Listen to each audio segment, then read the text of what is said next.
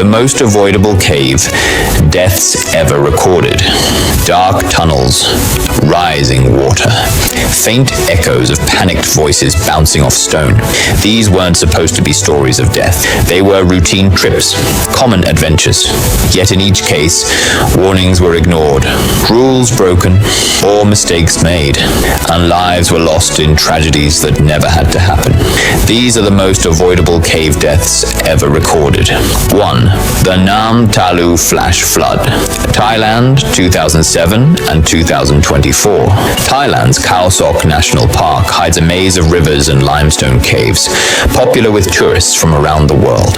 One of them, the Nam Talu Cave, looks harmless with its shallow stream at the entrance. But just a few hundred meters inside, the beauty turns treacherous. On October 13, 2007, a group of 9 travelers entered the cave. Swiss tourists, 2 local Thai guides, a 10-year-old boy from Germany, and a British teenager. It was the rainy season, but the skies outside looked deceptively calm. What the group didn't know, upstream, heavy rain was already filling the watershed. Minutes after they entered deeper passages, the current began creeping higher. The guides noticed. They hesitated, but they pressed on.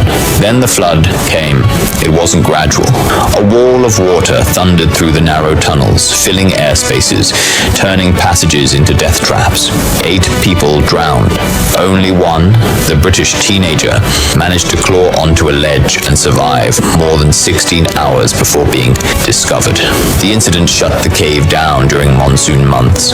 Warning signs were placed, yet years later, memory faded. On August 6, 2024, 22 tourists entered Nam Talu despite its official closure. Once again, rising water struck at dusk. A guide sacrificed his life helping people escape. His body was found hours later. 2 disasters, nearly 2 decades apart, both tragedies. That never should have happened at all. And as avoidable as that may seem, it's only the beginning. Other caves have claimed lives under circumstances just as preventable. 2. The Trapped Descent. Schroeder's Pants Cave, USA, 1965. February 13th, 1965. 3 members of the Boston Grotto Club explored Schroeder's Pants Cave in upstate New York. Ice-cold runoff poured through every passage. They were warned conditions were risky, but curiosity pushed them forward. Deep inside, at an 80-foot vertical shaft, chemist James Mitchell clipped into his lines and began lowering himself. Halfway down, his rope tangled. Freezing water pounded him like a hammer, nearly 10 gallons a minute striking his head. Pinned, unable to descend or climb back, his energy drained until his voice went silent. Teammates tried frantically to pull him up. They couldn't. Rescuers arrived, but by then, Mitchell was gone. Debris collapses made recovery impossible.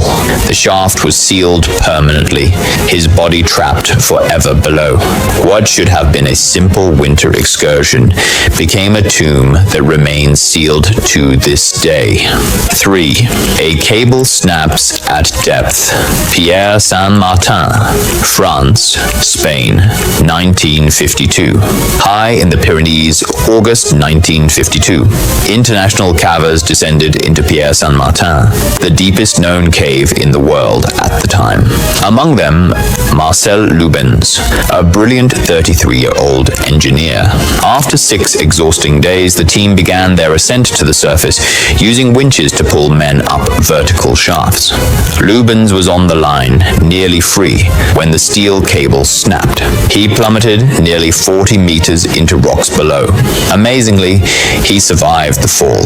Doctors risked everything to descend into the freezing dark, and even performed a blood transfusion underground by candlelight, a feat of medicine few had ever attempted before. But the shaft narrowed, rocks collapsed, and after 36 desperate hours of effort, Lubens succumbed. His body never left the cave. The deepest cave of its day had become his coffin. By now, you might think equipment failure and bad luck explain these tragedies. But some deaths were driven by choices just as reckless and just as fatal. 4. Fatal obsession. Beneath the ice. Pluragrotta, Norway, 2014. Known as one of Europe's deadliest dive sites, Norway's Pluragrotta cave tempted a team of 5 Finns in February 2014. Their goal, a daring underwater passage through 130 meters of freezing, constricted tunnels. The divers were highly skilled, but this cave was unforgiving. At around 110 meters deep, Hari, one of the group, wedged himself between 2 rock walls. His rebreather began to fail. His movements grew desperate. Patrick, a teammate, tried to free him, but the tunnel was too narrow. Visibility dropped to 0 as silt clouded everything. Jari's frantic breaths ended in silence. Behind him, another diver also failed to make it out. Panic spread. Authorities declared the bodies unrecoverable. But friends refused that verdict. Against orders, they returned. After 100 grueling hours of finning through the same deadly restrictions, they found and pulled their friends home. It became one of the most dangerous recovery operations ever completed, done not by officials, but by brotherhood and grief. By now you see a pattern. None of these people had to die.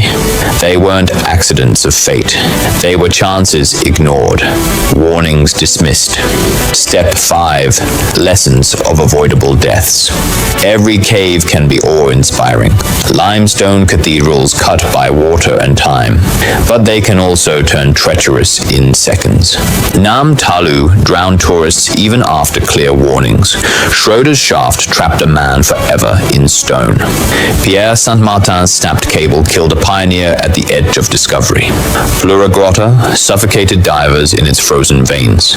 Each death had one thing in common. It didn't have to happen. Warnings went ignored. Equipment went unchecked. Risks were minimized for adventure or profit. And the cost was lives. Young, promising, irreplaceable lives. These were not just cave deaths. They were stories of choices, negligence, and illusions of safety, all unraveling in narrow, dark places where mistakes are fatal. The lesson is carved in every rock wall and every lost voice echoing in the dark. The cave does not forgive. These weren't accidents. They were avoidable tragedies.